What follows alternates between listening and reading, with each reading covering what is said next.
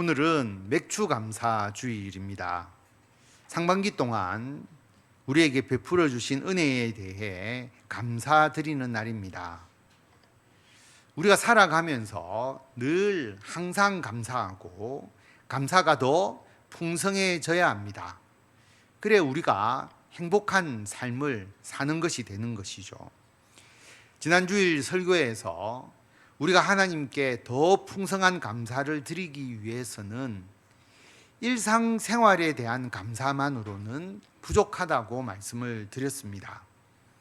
우리가 매일 밥 먹고 소화도 잘하고 배변도 잘하고 건강하게 사니까 감사하다. 직장에 출퇴근을 하고 돈 벌 수 있어서 감사하다. 은퇴하니까 여유롭게 살아서 감사하다. 물론 우리가 건강하게 편안하고 안정적으로 살아가는 것에 대해서 하나님께 감사해야 합니다. 하나님의 돌보심입니다.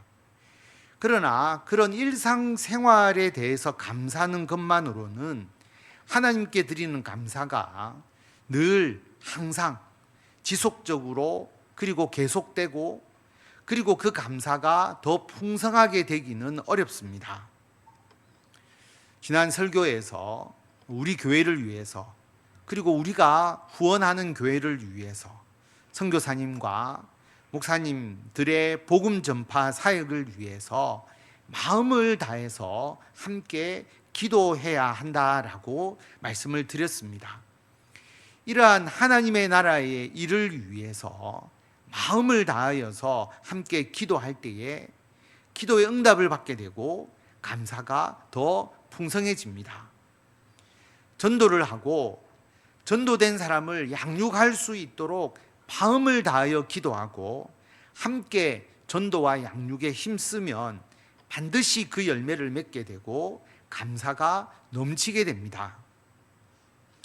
예수님을 거부하고 마음이 굳게 닫힌 사람이 예수님을 믿게 되고 예수님을 믿었다가 세상으로 가버린 사람이 다시 예수님께로 돌아오고 믿음이 연약한 사람이 교회를 통해서 하나님의 일꾼으로 변화되어 가는 것을 직접 눈으로 보고 직접 몸으로 느끼게 되면 하나님께 감사드릴 수밖에 없습니다. 이 전도와 양육의 열매는 결코 줄어들지 않습니다. 전도를 하면 전도의 열매가 맺히고 전도되어 온 분들을 사랑으로 양육하면 양육의 열매가 풍성하게 맺힙니다. 우리가 기도하고 마음을 다하여서 전도와 양육에 힘쓰면 힘쓸수록 더 풍성한 열매를 맺게 됩니다. 그러므로 하나님께 드리는 감사도 더 풍성하게 됩니다. 이것뿐만 아니라 우리가 하나님께 드리는 감사가 더 풍성해지는 또 다른 방법이 있습니다. 오늘 말씀 본문이 길어서 다 읽지 못해서 1절을 다시 보면 내 하나님 여호와께서 내게 기업으로 주어 차지하게 하실 땅, 가나안 땅을 말하는 것이죠. 너희가 들어가서 거기 거주할 때에 내 하나님 여호와께서 내게 주신 땅에서 그 토지의 모든 소산의 만물을 거둔 후에, 오늘 말씀은 토지 소산의 만물, 즉 처음 수확을 거두고 난 이후에 하나님께 감사드리는 방법에 대해서 말씀하고 있습니다. 하나님께서 아브라함 때부터 계속 그 후손들에게 땅을 주실 것이다 라고 약속을 하셨습니다. 이 아브라함 때부터 첫 수확에 이르는 이 기간까지가 약 600년이 흘렀습니다. 600년 전에 약속하신 것이죠. 너희들에게 후손을 주겠다, 땅을 주겠다. 하나님께서 아브라함에게 약속을 하셨는데 그때 아브라함에게는 땅 한 평도 없었고 아들도 없었고 아내 사라는 생리가 끊어져서 자식을 낳을 수 없는 상황이었습니다.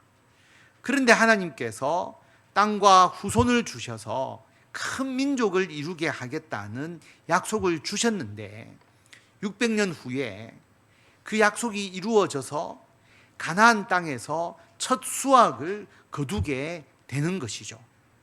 여러분, 얼마나 감사할 일입니까? 단순히 감사하다는 표현만으로도 부족한, 표현할 수 없는 엄청난 감격과 환호가 느껴지는 일입니다. 이스라엘 백성들이 이집트에서 노예 생활을 할 때에 학대를 받고 괴롭힘을 당하고 중노동을 했습니다. 그들이 너무 고통스러우니까 하나님께 부르짖었습니다. 이스라엘 백성들이 한 일이 뭐가 있습니까? 하나님께 호소한 거죠. 부르짖은 것밖에 없습니다. 노예 생활이 너무 힘듭니다. 고통스럽습니다. 하나님께서 모세를 보내셔서 애굽에 10가지 재앙을 내리시고 이스라엘 백성들을 노예에서 해방시켜 주셨습니다. 홍해를 가르셔서 이스라엘 백성들은 건너가게 하시고 애굽의 군대는 물로 수장시키셨습니다. 이스라엘 백성들을 지켜주신 것이죠. 그리고 40년 동안 광야 생활을 하고 가나안 땅으로 인도하셨습니다. 젖과 꿀이 흐르는 땅. 젖과 꿀이 흐른다라고 하는 것은 양을 키울 수가 있다는 것. 그리고 들판에는 꽃이 있어서 벌꿀을 만들 수 있는 그런 좋은 땅이라는 의미입니다. 젖과 꿀이 흐르는 그 땅에서 농사를 짓고 첫 소산물이 생겼습니다. 그러면 누구에게 감사해야 하겠습니까? 당연히 하나님께 감사해야 하는 것이죠. 오늘 말씀 10절에 보면 여호와여 이제 내가 주께서 내게 주신 토지 소산의 맛물을 가져왔나이다 하고 너는 그것을 내 하나님 여호와 앞에 두고 내 하나님 여호와 앞에 경배할 것이며. 한 농부가 아니 내가 농사를 짓느라고 얼마나 수고를 했는데 내가 농사를 잘 지어서 수확을 한 것이지. 물론 농부가 농사를 짓느라고 수고했고 농사를 기술적으로 잘 지은 것 맞습니다. 여러분이 상반기에 이룬 성과, 여러분의 노력의 결과입니다. 여러분이 지혜롭게 열심히 최선을 다해서 한 것입니다. 그런데 여러분, 우리가 열매를 맺는 데 기여한 역할의 비중은 아마도 한 10% 정도도 되지 않을 것입니다. 하나님께서 다 해주신 요리에 우리가 숟가락만 하나 탁 얹은 그런 것과 같습니다. 남편이 아내에게 내가 맛있는 요리를 만들었다. 내 요리 실력 대단하지. 아내에게 자랑을 합니다. 정말 남편이 맛있는 요리를 만들었습니다. 그런데 재료를 살펴보니까 아내가 직접 담근 고추장, 간장, 된장 그거 사용했고 아내가 어제 사서 다 다듬어 놓은 야채를 사용하고 아내가 미리 밑간을 해서 절여 놓은 고기를 사용하고 아내가 만들어서 몇 년 동안 묵혀 놓은 매실청이나 각종 천연 소스, 사실 남편은 넣고 끓이기만 한 것입니다. 그러면 그것이 남편의 요리 실력일까요? 물론 남편이 잘한 것도 있지만 실제로는 아내의 역할이 훨씬 더 큰 것이죠. 상반기에 여러분이 수고해서 열매를 얻은 것이라 생각되는 것을 찬찬히 돌아보시기 바랍니다. 우리가 다 한 것처럼 보이지만 사실 하나님께서 하신 것입니다. 하나님께 감사드리시는 성도 여러분이 되시기를 바랍니다. 그런데 여러분, 하나님께 감사드리기 위해서 이스라엘 백성들이 성전에 나와서 하나님께 감사 예배를 드리면 충분하지 않겠습니까? 그런데 하나님께서는 이렇게 말씀을 하십니다.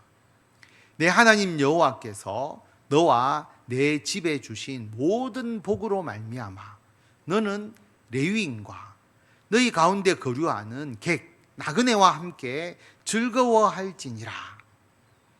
하나님께 토지 소산의 첫 산물을 예물로 드리라고 말씀을 하시고 그리고 그것을 가지고 나그네와 레위인과 함께 즐거워하라.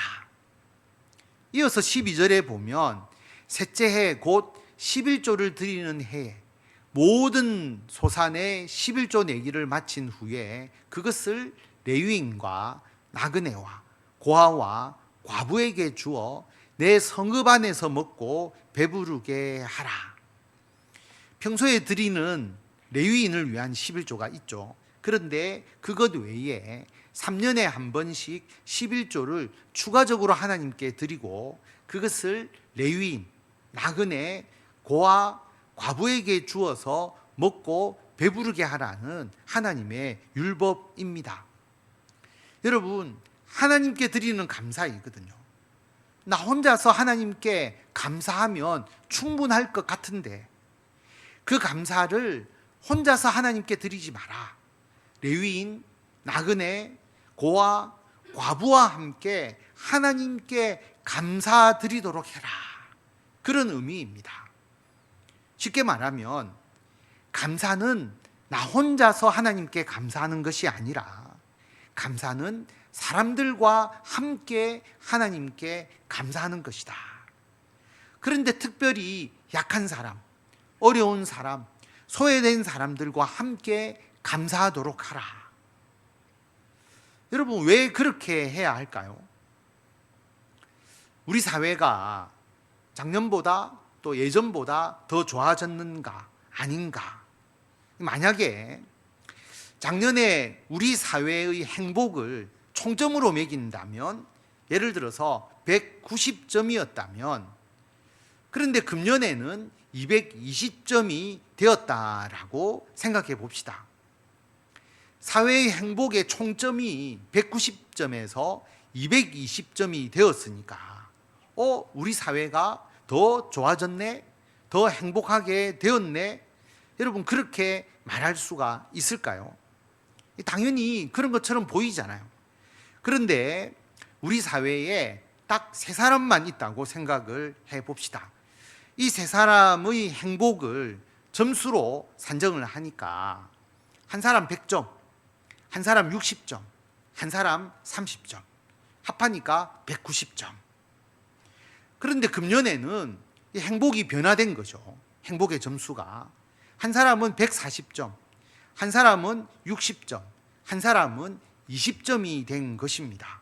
합계를 내니까 220점이 된 것이죠.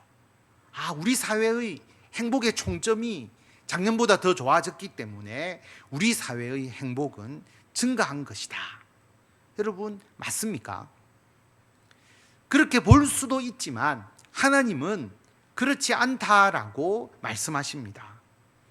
하나님은 가장 약한 자, 가장 어려운 사람의 형편이 더 좋아져야 그 사회가 진정 더 좋아진 것이다.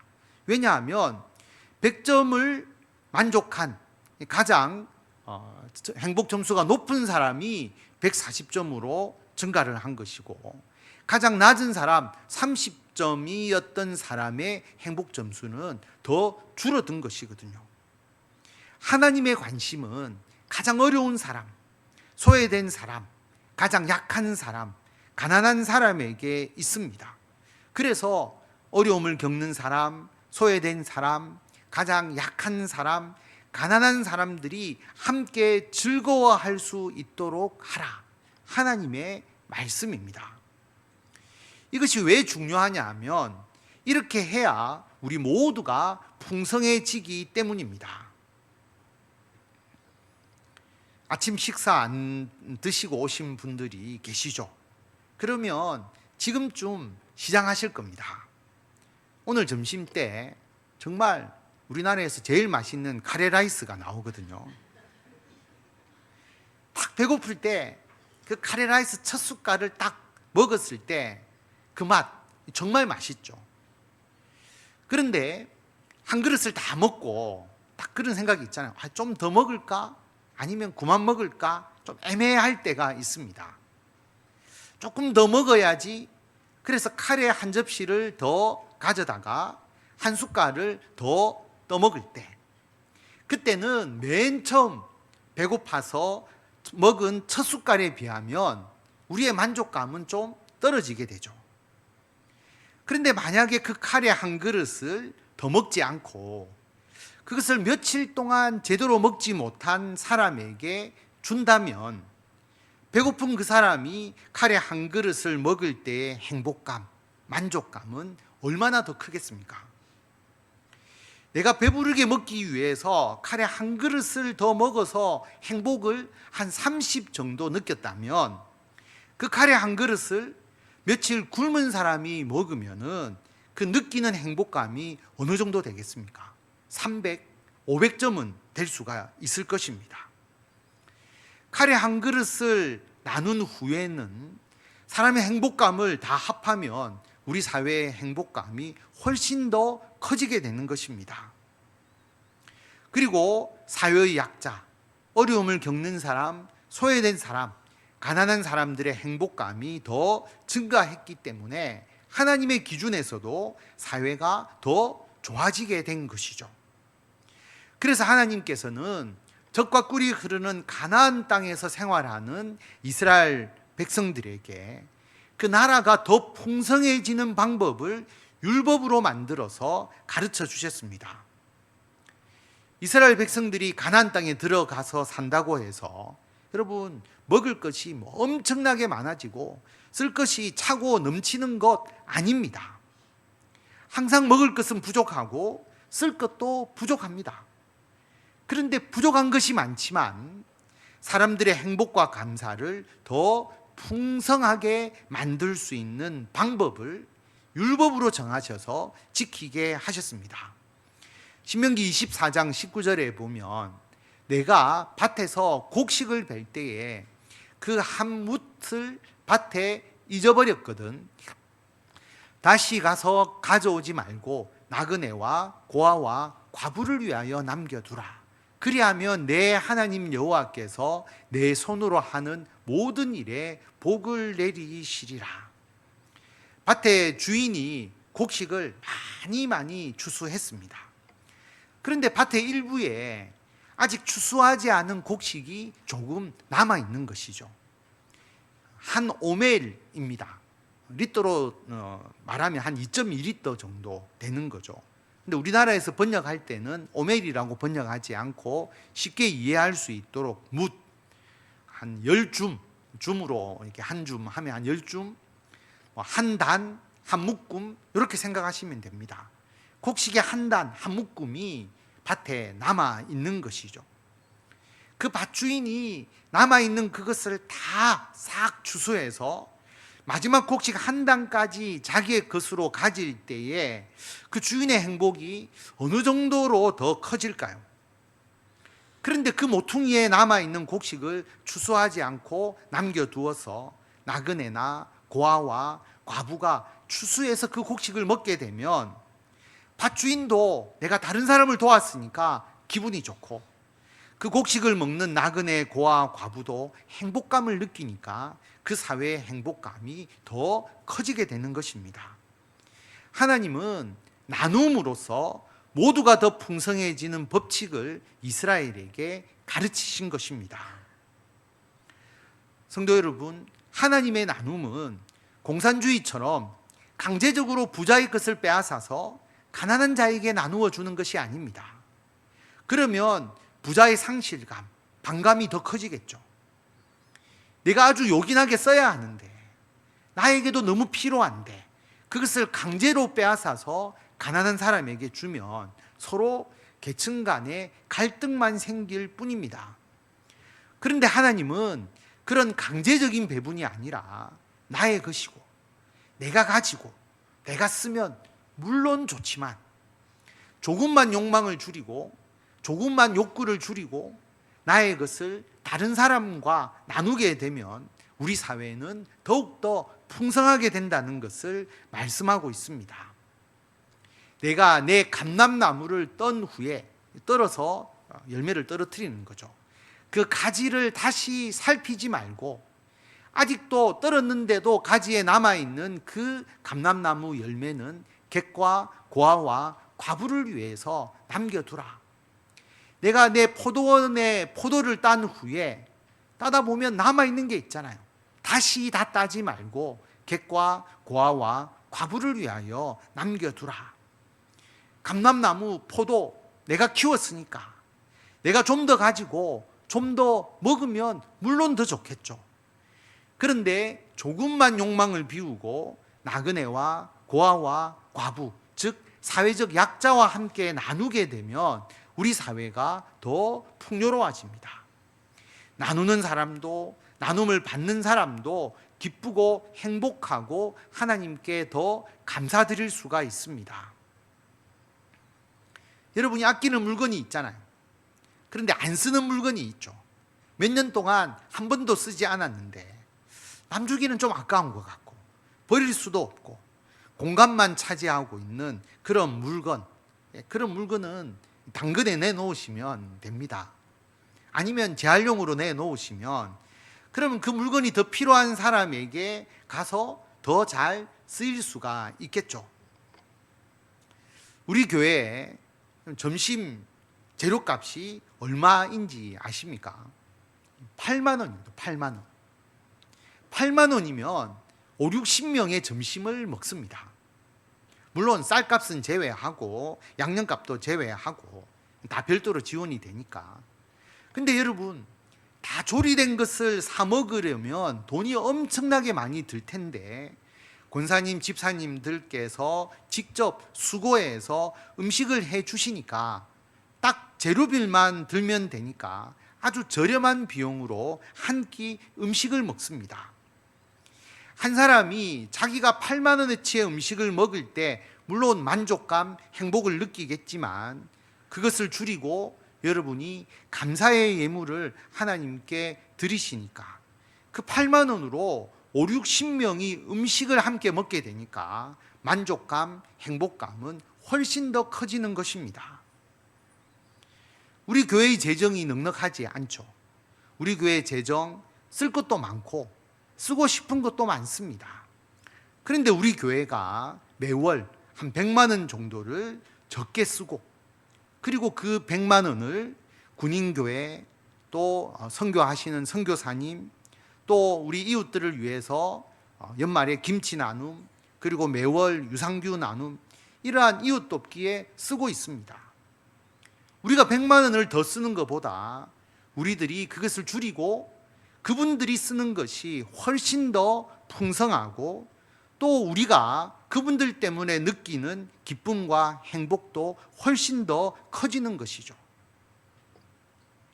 성도 여러분, 우리가 먹지 못하고 쓰지 못하면서 나누는 것이 아닙니다. 우리가 조금만 절제하고 조금만 욕망과 욕구를 줄이면 되는 것입니다. 하나님께 감사하고 하나님께 감사의 예물을 드리는 것도 똑같습니다. 미신을 믿는 사람들은 복채를 드리잖아요. 좋은 점괘를 나오게 해달라고. 미신과 우상에게 사람들이 뭔가를 바치는 것은 일종의 투자입니다.